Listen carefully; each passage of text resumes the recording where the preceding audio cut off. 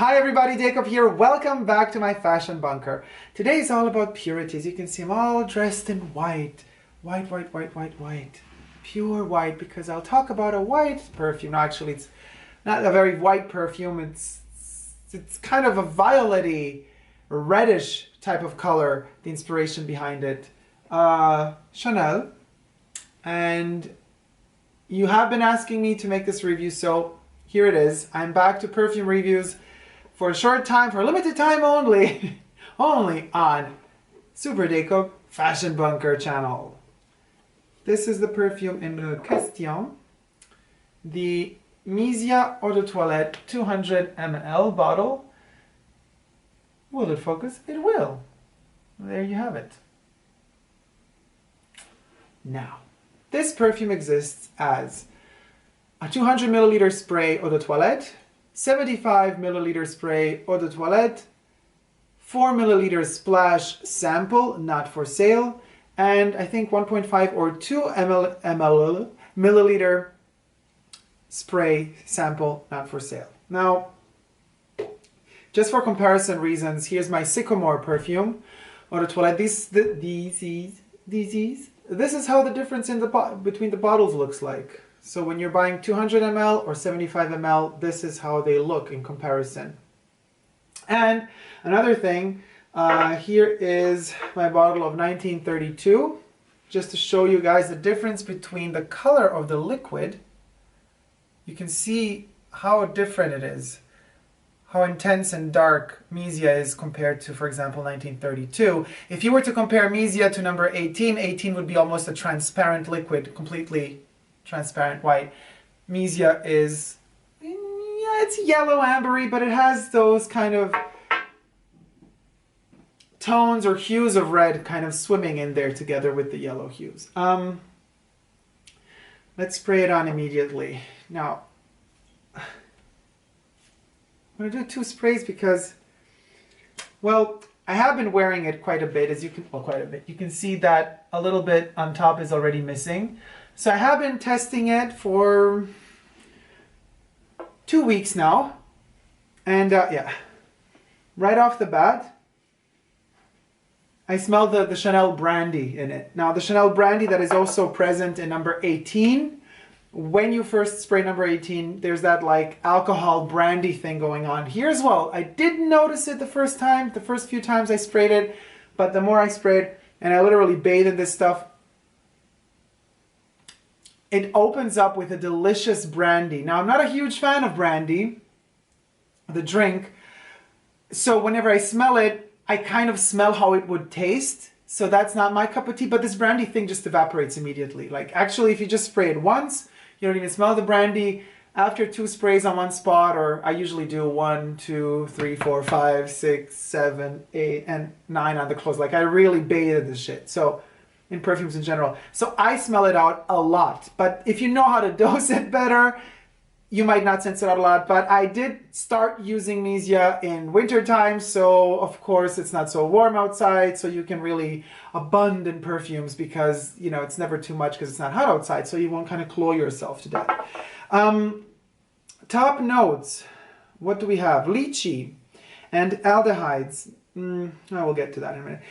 Middle notes, peach, raspberry, grass rose, Turkish rose. Base notes, tonka bean, benzoin, iris, orris, violet, vanilla, mimosa, and powdery notes. Now, again, for the billionth time, I don't like vanilla in perfumes. I don't sense it out here that much, so that's not a problem. Actually, I don't sense it at all, which is divine. I do not smell vanilla in here. Did I say violet before? I meant vanilla. I don't like vanilla in perfumes. I don't like vanilla in perfumes. This one states that it has vanilla in the base notes, but I do not sense the vanilla. However, it does also state violet in the base notes, but to me, it's violet right off the bat, and it stays violet all the way through. Violet and powder. I do sense the orris, but not as much as I would sense it in 28 La Pausa. Benzoin, yeah, I sense it. A raspberry, yeah, a little bit. rose and Turkish rose and grass rose. Peach, yeah, I don't know. These are all words that are listed in the middle notes, but like you tell me peach and I can say, oh yeah, there's a peach in there. You tell me raspberry, I'm going to go, oh yeah, there's a raspberry in there. You tell me poop, and I'm going to be, oh yeah, there's poop in there. Because the second I visualize something in my head and then I smell something that doesn't have anything to do with it, I'm still going to say, oh yeah, it smells like it. So you have to kind of try to detach. That's what I try to do when I get into a perfume. That's why it takes me so long before I can actually review a perfume, because I need that time to let it grow on me and to let my senses develop it for what it really is to me within my sensitivity and sensibility of a perfume. Now, one thing that has remained throughout me using this perfume, this sensation of having the most expensive violet candies with me all the time when I have this perfume. Now, I don't know if all of y'all know how violet candies taste like, but they literally taste the way Misia smells. Literally, and they also smell that way. Of course, cheaper. This smells extremely elegant and sophisticated. And a bit trampy as well. But like, Misia Sat was Coco Chanel's, one of Coco Chanel's, if not Coco Chanel's best friend. She was a female friend. She was kind of, within the period, the time, between the two world wars, the first one and the second one and after, she was part of, what you could call the French or the Parisian intelligentsia, as far as, I don't want to just say rich circles, but circles where the rich or the academics like to be entertained or what have you. I mean, she was very witty. She was a muse to many artists. Misia was, in there. She was the dame that knew how to handle men and that knew how to handle society and that knew how to entertain society socially. So, of course, for her and Chanel to interact and to become friends was inevitable. You know what I mean? Kind of, especially in that period of time. Now, whether myth wants it or not, or whether it's just my impression, I think there always has been some sort of competition between the two ladies, kind of, or who would outwit the other, but they would love it. It was a love-hate relationship. And I guess a love-hate relationship is the type of relationship only the best of friends can have. The bottom of the packaging, by the way, looks like this for the 200 milliliter version. Let's come in as close as possible. So you could even see the ingredients. You can screenshot you could screenshot this to check it out later on. This product can only be sold by authorized Chanel counters. Yes, Mama, we know. We know, Chanel, we know. And you're made in France. We know, we know. Okay, now, oh, I love this scent. The thing is, it doesn't really, it doesn't change much. From head to base, it stays more or less the same, except that brandy touch evaporates and then you're good to go. At least on my skin, it's amazing. And the brandy's already gone. It becomes slightly tingly sweet. The aldehydes, and yeah, I'm not really sensing them out that much. And if I do, they annoy me in this case. I mean, they're there. I guess there's that like sparkly, but not as much as we're used to with number 22 or number 5, for example. So yeah, okay, fine. We have the aldehydes, but that's not the game maker here. That's not the magic happening here. It's the violet. To me, it's the violet. And maybe mixed with rose in a way, the peach, the raspberry, meh. But orris root and violet. And actually, what else is in here? Iris. Now, the iris gives it that powdery touch. The iris, though, is not smellable as iris. It's not like here, olfactory-wise, but it rather goes in deep there. Like it's that type of powder that kind of suffocates you a little bit, but not because of the smell, but rather because it kind of dries you out. That's how amazingly dry this perfume is, and at the same time, it's like that sweet dryness that is always intoxicating to me. It attracts me because I never really know how, sweet is usually kind of wet and cloying to me, and it makes me want to drink water. This one doesn't want to make me drink water. This one just makes me want to, it makes me feel fresh, even though it's sweet, because of the powdery touch. It's balanced out. so magnificently in a very elegant way. Only Chanel could have pulled it off because the ingredients are so freaking up there and high that you literally, you can't go back, you know. Once you've smelled niche perfumes or perfumes that have been produced in smaller quantities because the raw ingredients are not available to make a mass product out of them, you can smell out if somebody's messing with you. You know what I mean? If a perfume company is kind of fucking with you and it's just like taking your money, but is not really giving you the quality. Now, Chanel Exclusifs, the Les Exclusifs or Les Exclusifs line is famous for being criticized for their very short longevity. I would say that's not the case with this one, at least on my skin. Now, number 1932, as much as I hated it in the beginning, now I love it. I particularly don't like the head note, but we'll get to this perfume maybe sometime soon. I love the dry down. The dry down of this is heaven. Unfortunately, though, with this particular perfume, you know, the legend is true. It lasts nothing, like an hour or two, then it's gone. Poof, evaporates. Like you're spending your hard-earned cash on something that is divine, but it's like heroin. I mean, you gotta get a fix every 2 hours. You know, you can't. You just can't. You're through with a bottle in 2 months. Misia is different. It literally intoxicates you, and it's there, and it stays. It stays more on your skin than on your clothes. I've noticed that with me. I don't really sense it as much on my clothes later on throughout the day, but it does stay close to my skin. Now, I haven't received compliments. I haven't received critiques on this one. Nothing. It stays quite close to the skin, except maybe a hand length, but I overdo it with the spraying, so I guess it might get cloying, but I like that. I like when people stay away from me because, in a way, it's my protection shield. You know what I mean? Like, if you really are interested in me, you really want to talk to me, you're gonna penetrate that first force field of protection that I've installed, and then you're gonna kind of start talking to me, and then we're gonna get to be good friends. But this is a sort of a force field perfume. Now, similar to, well, Sycamore is very sexual. Sycamore definitely gives me, but you can check out my review in the card section above of Sycamore. Sycamore definitely gives me more of a sexual vibe, even though it's very aggressive and out there, but it's more sexual, you know, it's more attractive. This one doesn't really attract. This one gives the spectator who's looking at you or smelling you more the feeling of, oh, this person is different. Is that a good thing or a bad thing? Some people want to blend in. I couldn't care less. You know what I mean? I just want to wear something that makes... I'm wearing perfume for me, not for you. I only wear it for me. It has to please me. The way it smells on me, it has to make me happy. And Misia makes me happy. So there's this love-hate relationship like Coco Chanel had with me. That's what I was hinting at before. Like Coco Chanel had with Misia, that love-hate relationship, best friends, worst friends, frenemies, as they would say in Sex and the City. That's my relationship with Misia. I love it. I hate it. It's intense. It's an intense relationship, and it's a confusing relationship. It does not give me too much that vibe of expensive makeup from the 20s. It does give me a hint of makeup, but only through the powdery. Does it make me smell an expensive lipstick?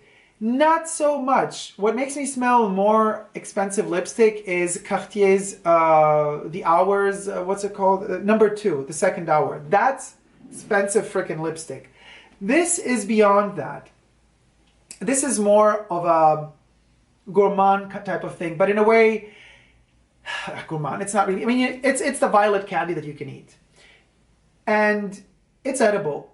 The candy, mind you, not the perfume. But olfactory-wise, I do eat it up. It's definitely a perfume that I eat up because it does, even though it's a flower, you know, it's a violet, it doesn't make me feel like I'm running through meadows in the sun and grass in the south of France. No, it gives me more a feeling of, okay, I am here in the middle of 5 billion plucked violet flowers. It can be even a closed room. It doesn't have to be a beautiful landscape. It can be an artificial space where all these flowers have been plucked and they're ready to get pressed for their essential oils and they're ready to get transformed into this. Like, I feel that I'm in the midst of the process of transformation of what nature can give me to what a man can kind of artificially manipulate in order to create something so majestic as this. And I like that. I like that this perfume is honest that way. It's honest in its in its kind of cocky way, you know. It tells you, hey, I'm an artificial chemical piece of something, and you better like me. It doesn't tell you, yeah, it's nature, you've just plucked a flower from the meadows. It tells you, girl, we are in this container where all these flowers have been plucked. We are about to start the chemical process, and this is the amazing juice you're going to get afterwards. So I'm honest to you. I have revealed, you know, I've taken off the mask. I've revealed my true self. And now that I have your full attention, and you trust me more because I'm not giving you the illusion of a lie. And that honesty is Misia. And I think Olivier Polge did an amazing job because he combined kind of that mythology of Misia within Chanel's life into this perfume. And the relationship that, if you allow it, of course, this perfume to grow on you, if you allow that relationship, you will install that sort of love-hate relationship, which is exactly the interpretation of the relationship between Chanel and Misia. That's just my interpretation, obviously. And don't forget, this is the first Olivier Polge, the son of Jacques Polge, who since the late 70s was the head perfumer, the main perfumer of the House of Chanel. Now his son took over and created 2 perfumes, right? This is his first Les Exclusifs line perfume, Misia. 2015 is the date it was launched. And prior to that, or right after that, at the same time, more or less, I think prior to that, Chanel Eau Vive. From, you know, just regular launch, like a flanker of the Chanel Chance Eau Vive. Now, I've been hinting to this on my Instagram account. Some of you, many of you, I don't know how many of you have read it, probably not many, but because it was like a really hidden comment in the comment section under one photo, so you always got to read my comments because I always kind of drop hints to what is going to come, and actually hints to what I am planning on doing next in the future. Now, what I have discovered by accident, because Eau Vive has become my perfume of choice, Chance Eau Vive is always in my bag. Always. Always, no matter what freaking perfume I'm wearing that day. This one is always with me in case I can't get back to my original perfume that I've been wearing that day after 5, 6, 7 hours, whatever I'm on the go. This one layered with anything is fabulous. It's divine. It's fresh. It's clean. I adore it, but clean in a really cool way.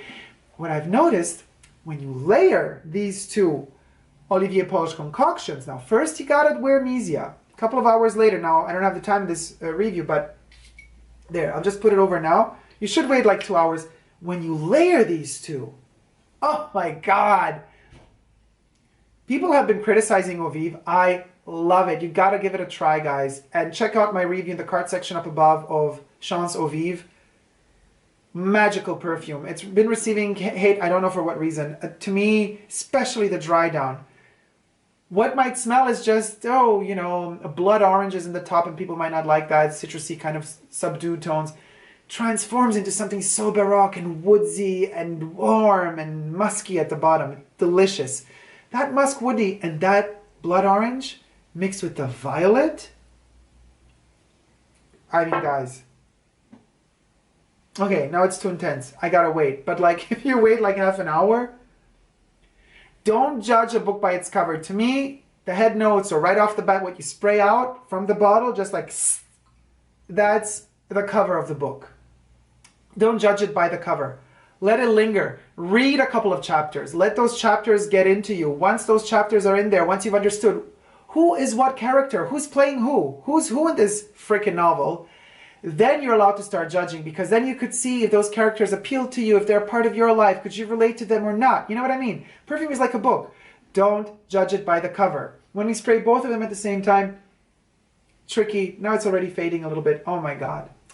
On my skin, these 2... Olivier Polge, I don't know what sort of sneaky, tricky game you're playing, mister, but it's working. You have got my full attention, and I am expecting only magic from you for the House of Chanel in the future. No matter what you do, you've got my attention, mister, so don't, as RuPaul would say, fuck it up. Thank you guys so much for watching. I hope you liked this review.